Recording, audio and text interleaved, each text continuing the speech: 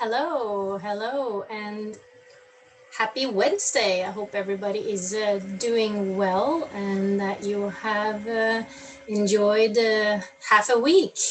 I am just trying to organize myself and share this on my own Facebook as well, which usually, here we go, it's here, yay!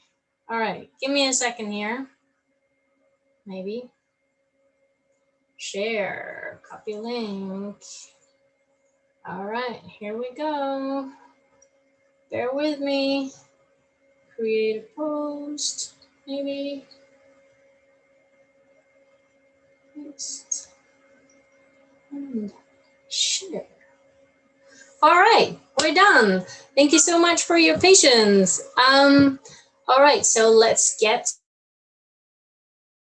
started. Today, I want to talk about the number one most important relationship that you will ever have. So give me a second. I'm going to share my screen.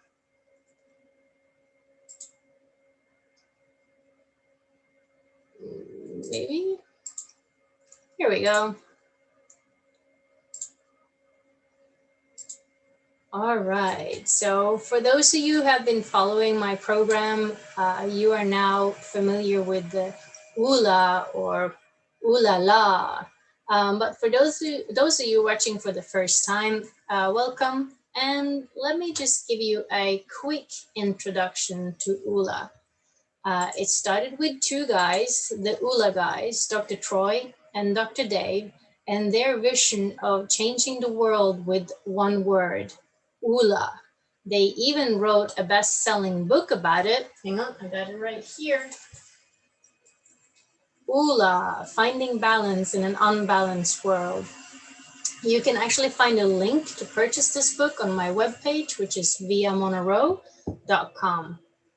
Oola comes from the French word "ooh la la," and in short, it refers to a life of less stress, more balance, and greater purpose, a life of awesomeness. It's about setting goals and taking action steps towards finding balance in 7 key areas of your life.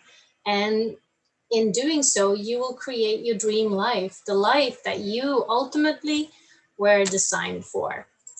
So today, like I said, I would like to talk about what I believe is the number one relationship that you will ever have. The relationship that will shape all other relationships, that the relationship that will teach you how to love unconditionally, and the relationship that will push your life in the direction of your dreams. I am, of course, talking about your relationship with yourself. When we are very little, and yes, this is a photo of me, I am probably 3 or 4 years old, very happy at Christmas with my Christmas presents. But this is around the time where we actually learn how to feel about ourselves and how to feel about our lives by the reactions and through the actions of the adults around us. Whether it be a parent, a teacher, a neighbor, a priest, this is how we learn what to think about ourselves and about our world. There's a famous Jesuit saying, "Give me a child until he is 7, and I will give you the man." Almost all our programming, both negative and positive, were accepted by us by the time we were 3 years old. Our experiences since then are based upon what we accepted and believed about ourselves and about life at that time. So as we grow up, we have a tendency to recreate these very same emotional experiences from our early home life. Now, this is not good or bad, it's not right or wrong, and is definitely not to put blame on those adults that shaped us. You have to remember they themselves were mere products of their own upbringing. This is just to spark a new thought, a new realization as to where where our understanding of the world comes from, and ultimately where our understanding of ourselves come from. It is just what we know inside as home, as familiar, and something that we might have never even thought of taking a deeper look at or even question. Say, for example, you're a person who gets angry at yourself for being afraid or fearful, or you scold yourself for not getting a good enough grade, or you berate yourself for not being thin enough, or tall enough, or good enough, or this enough, or that enough. When you beat yourself up, think about it. Think about the things that you say to yourself. Listen to the words and the tones of the voices inside your head. Maybe they sound familiar. Like, did your mother only focus on the things you did wrong and not celebrate the things you did well? Or did your father tell you, boys don't cry? Or was there a teacher that told you that you would never amount to anything? Now, think back to what we were saying just minutes ago. Almost all programming was accepted by us by the time we were 3 years old. The way we were treated when we were very little is usually the way we treat ourselves now. So just pause here for a second and think, when you're scolding yourself, when you're berating yourself, who do you think you're treating that way? The person that you're scolding is actually that 3-year-old child inside of you. Now, if you imagine a 3-year-old in front of you who's afraid, what would you do? Would you be angry at her? Or would you reach your arms out and comfort the child until she feels safe and at ease? I mean, when I learned this, when I heard this, for me, it was like, it was a mind opener. It really, really was. And I want you to really think about it as well. And the next time that you get angry or frustrated at yourself, just remind yourself who you were when you learned these standards. Who were you when you learned, what to do and not to do and how to do it, and expectations? Like, who were you? You were just a little child. And then ask yourself, are these standards true for me today? With this new understanding, you now have the opportunity to treat yourself the way you wish to be treated. This is your chance now to identify your own values, to discover for yourself how you feel about yourself. A frightened child needs comforting. There's no arguing that. We don't need scolding. So whatever you decide to be kind to yourself. Begin to love and approve of yourself. That's what the little child inside of you needs in order to express herself at her highest potential. And that is what you need as well. And that is why having a healthy relationship with yourself is the number one most important relationship you will ever have. Loving and approving of yourself, creating space of safety within yourself, trusting and deserving and accepting will create some kind of organization in your brain, create more loving relationships in your life, attract a new job or a new and better place to live. Our health improves, we attract more money, our relationships become more fulfilling, and we begin to express ourselves in creatively fulfilling ways. Now, I just want to stop for a second. When I talk about loving ourselves, I'm not talking about the narcissistic, grandiose way. I'm talking about very, very simple little things like not criticizing yourself for anything. Let's start just there. Let's just start by not criticizing ourselves. Stop criticizing yourself. Stop being angry at yourself. Stop scolding and berating yourself, and say, just in this moment, on this day, I love and accept myself just the way I am. That's not to say that we cannot do better tomorrow, or that we stop growing or working on ourselves. No, it means that in this very moment, I am as good as I will ever get, with all my knowledge, all my experiences, my flaws, and my attributes. Just in this moment, I am as good as I will get, and I love and accept myself. I mean, think about it. I don't know about you, but for me, I have a gold medal in criticizing myself and scolding myself, and always trying to be better. And to be honest, it really didn't get me where I wanted to go. It just got me very upset, very, I don't know, I just want to say like exhausted. So I think if you want to join me, because I am just as much a student here as I am a teacher, let's try something new. Let's just try something new, because the other way just hasn't worked. So to become the best version of yourself, you need to continue to learn and grow. And in working with me as a certified Oola coach, this is where we'll start. Well, actually, no, that's not true. We will start by dreaming. We will start by adopting the imagination of that 3-year-old child inside of you. I mean, have you ever played with a 3-year-old? Nothing is impossible, and everything is explored with such curiosity, amazement, and joy. I think it's time for us to sit down and listen to that person, to that 3-year-old inside of us, and let their voices be heard, and let their dreams become our realities. And that is where we start. With you becoming curious about you, about what is your highest potential and your best version of yourself.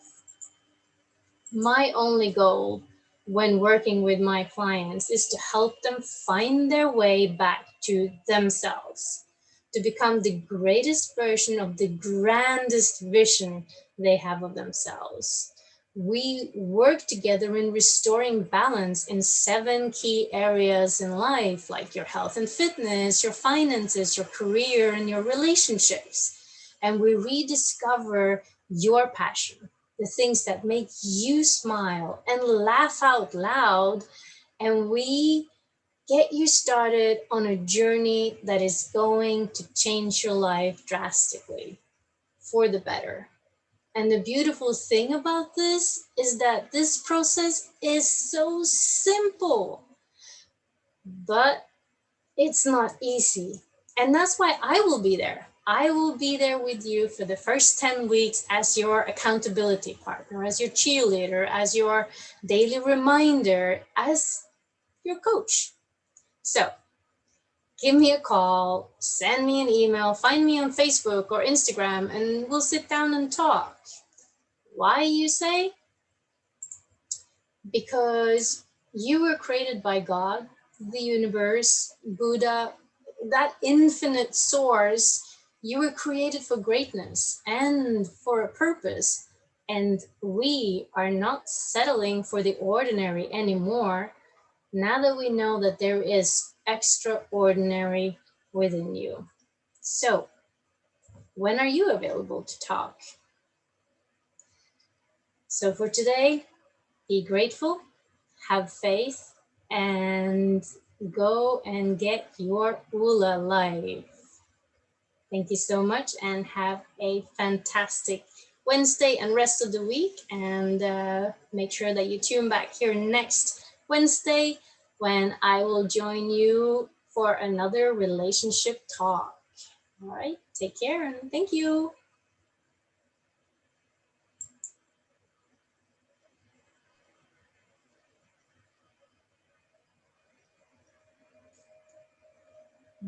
We're back. We are back. Bill, you're going to be playing the outro, or are we going to do question and answer first? Well, we are still live. You know that, right? I know that. Yeah. I don't know. Do you have any questions, Oscar? No, Because I'm happy to answer. I had an observation, and the give me the child till age 7, and I'll give you the man. I knew that one of the things that you said that really sparked an interest is when you're criticizing yourself, whose voice is it that is criticizing you? I've never had that thought, and so becoming the observer and saying, whose voice is that? And I really got to tell them, listen, it's time you get out. I have no use for that voice. So that is absolutely. And then one trick I heard from someone says, if that voice is criticizing you, give it a name of someone you don't like. So it's easy. It's like, yeah, George, listen, just put it away. I don't need to hear it.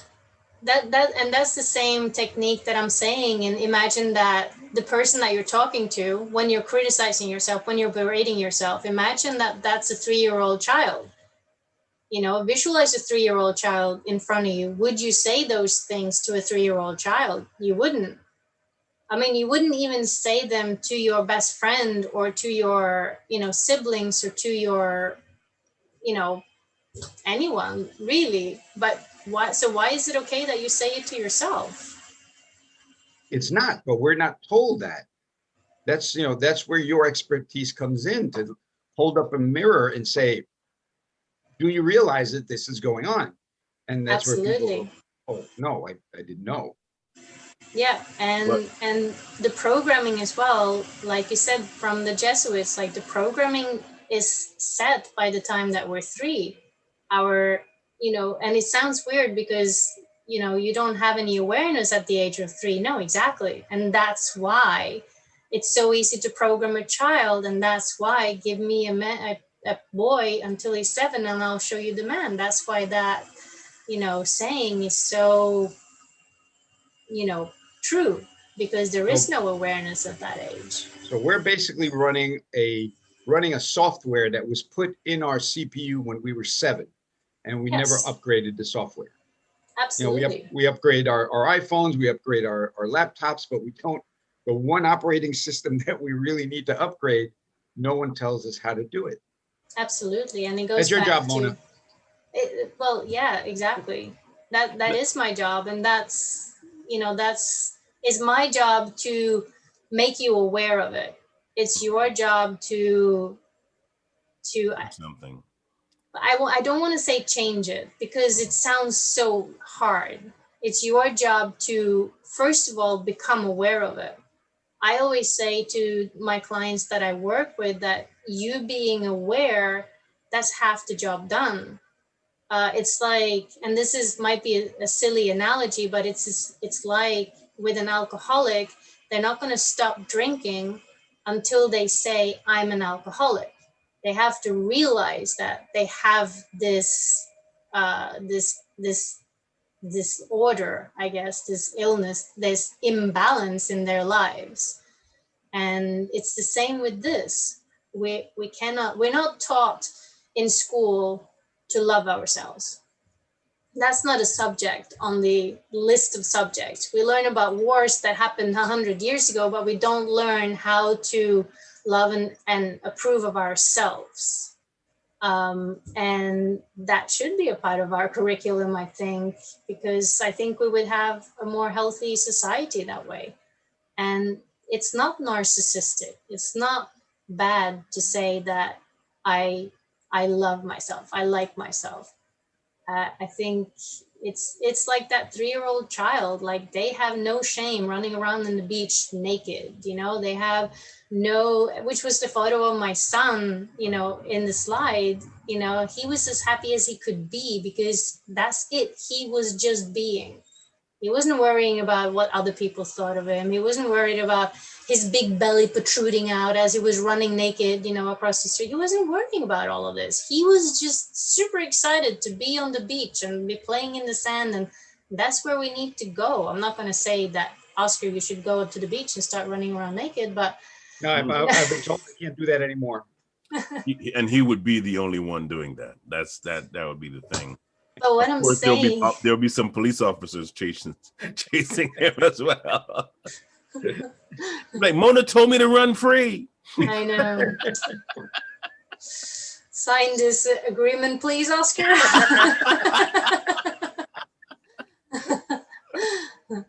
Yeah. I But mean, what I'm saying is really just start being aware of what it is that you're actually saying to yourself. Start being aware. That's what it is. And that's just, like I said, that's half the job done, by just being aware and just being do you think people monitor that? no. No. No, because this is you know, oh, so when you're out driving the car, and say you've driven the route to get home, like, thousands of times, and you leave work or wherever you are and you drive home, and all of a sudden you're home, but you don't even know how you got there. Right? Have you ever had that? Because I know I've had that. That's happened. No, absolutely. And that's what it is. These thoughts, they're there, but we don't even know. We don't know how they got there, and we don't even know. We don't even know that they're there. We're so unconscious to those thoughts because they're part of our makeup as a human being. So yeah, no, absolutely physically not. there's a reason for that. Thinking takes a lot of energy, so our bodies put as much of our daily life in the subconscious, so we don't have to use that CPU to tie the shoelace. You don't have to say, all right, this goes over there, and that. No, it's done. It's automatic. So 90% of our day is run on autopilot. Yes. So when you say, okay, I want to change the way I do things, that sounds good, but the autopilot's going to take over unless you physically make an effort to change every day. That the book Atomic Habits talks about that, making a tiny little change. You can't eat that elephant in one bite. So and again, it's all has to do with awareness. And if they taught this in school, we would not be in the situation we are right now, where people just blindly follow everybody because that's what everybody else does. We're not taught to think for ourselves. Yeah. I was following and studying Bob Proctor for a long time. I still do. But one of the things he said around this topic specifically is tomorrow morning when you get out of bed and you put your pants on, put the opposite leg in your pants first. Right? Like, do you even know which leg you put first in your pants? You don't, because you just do it. Right. So to start kind of switching and becoming aware of the habits that you're actually doing in your life. And this is just the doing. This isn't even about the thinking, but just realizing how much is on autopilot is okay. Tomorrow morning, when you get up and you put your pants on, put the opposite leg in first. Or even just for tomorrow, be aware of which leg am I putting in first. We can do that right now with a simple experiment. Put your hands out like this. Phil, you too. Phil, now clasp your hands and open them up. Clasp your hands again. Open them up. Clasp them again. Has your one thumb always landed on the top, the same thumb? Yes. Yes. All right. Now do it the opposite way, so that thumb ends up on the bottom. Just see? It's like, that's the autopilot. You're going to do this all day long, and your subconscious says your right thumb is going to end up on the top, or your left thumb. But you try to now you have to, wow. How do I? You have to slow it down. And that's the thing. You have to slow everything down. And I think that's, if 2020 taught us anything, it was to slow things down, and I'm going to challenge you to take it one step further. Slow it down. What am I saying to myself? Are these actually my thoughts, or are they the expectations of society? Is it things that I was told when growing up? Is this, my whatever adult, that was in my life growing up, what kind of an effect did they really have on me? And again, like, I'm not saying that this is good or bad or right or wrong, or that I'm putting blame on the adults that you were surrounded by, because they were just acting out of their own autopilot, right? And nobody taught them to question. Mhm. No, but I here's think the thing. Here's the thing, though. I mean, we're talking about social. We're talking about first the personal mind and then the social mind, because we live based on what we knew. When we were using swords and wearing armor to fight, that was the best that we knew then, right? When we were running towards, when war broke out and these two sides were just running towards each other with cannons and guns, and we called it bravery. And you look back at that, and you go, no, that's just being stupid. Right? Like, I ain't doing I that. learned duck and cover right there. Exactly, right? So it's like, each generation develops a new mindset, and it only really takes one person to sit down, separate themselves from the pack and go, I'm not doing that, right? I don't think that works. Let's try it this way. And when that person actually comes up with a new way of doing things, socially we all say, well, that does look better. That does Yeah, well, make we go through stages though, because at first we'll ridicule that person, Oh, absolutely. then we'll shame that person, Hmm. and then I would say, 9 out of 10 times we will take the idea and make it our own, and kick the other person out, because we want to be the person that thought of it first. But Right. it's like we were talking about before we went live. Life is about competition, and I don't mean competition the way we think of it now, that I have to crush you so that I can be the best. That's not even the original meaning of competition. Right. The Right. original meaning of competition is, I see that Phil or Oscar are better at me with certain things, and if I want to be better than them, I have to work on myself and Right. make myself better myself. And once I'm better than you guys, you'll go, oh, look at her, she's better, that means I have to better myself. And together we actually build each other up. That's Competition it. is not about pushing each other down, it's about building each other up. And that's, as a coach, that's my only goal, is to build you up so that you live the life that you want, that you dream of, that you desire. I mean, if there was only a program that would have they're saying it like, if you win, we win, that would be a great That thing would to do. actually be a great program. I think that would Yeah, be I that would think you be should good. awesome. start one, Yeah. Phil. Yeah, Phil, why don't you start a program? Just yeah, stay exactly. tuned, stay with us for another 10 minutes, and we will. We will definitely say that, because that's what our team and that's what our group really believes is, when we encourage each other and support each other in winning, because each of us have different information. There's so many times that when we even have our group talks and our meetings that, Mona will come up with something, and it'll be like, wow, did not think of that, right? Or Oscar would say something, because he's like, Oscar is like this box, right? And you look at him and you go, okay, this is what he knows. And then he says something and you go, wow, I Where do you get didn't that expect from? that. Where did that information come from? Right. And that was just uh that's just amazing about how we function. So go to phoenixnationalbusinessgroup.com and check us out. On our way out, we're going to just show you some of the things that are coming up. And then we will see you in a few minutes on Focus on You with Phil and Oscar. So we'll definitely see you guys then. Take care and watch this.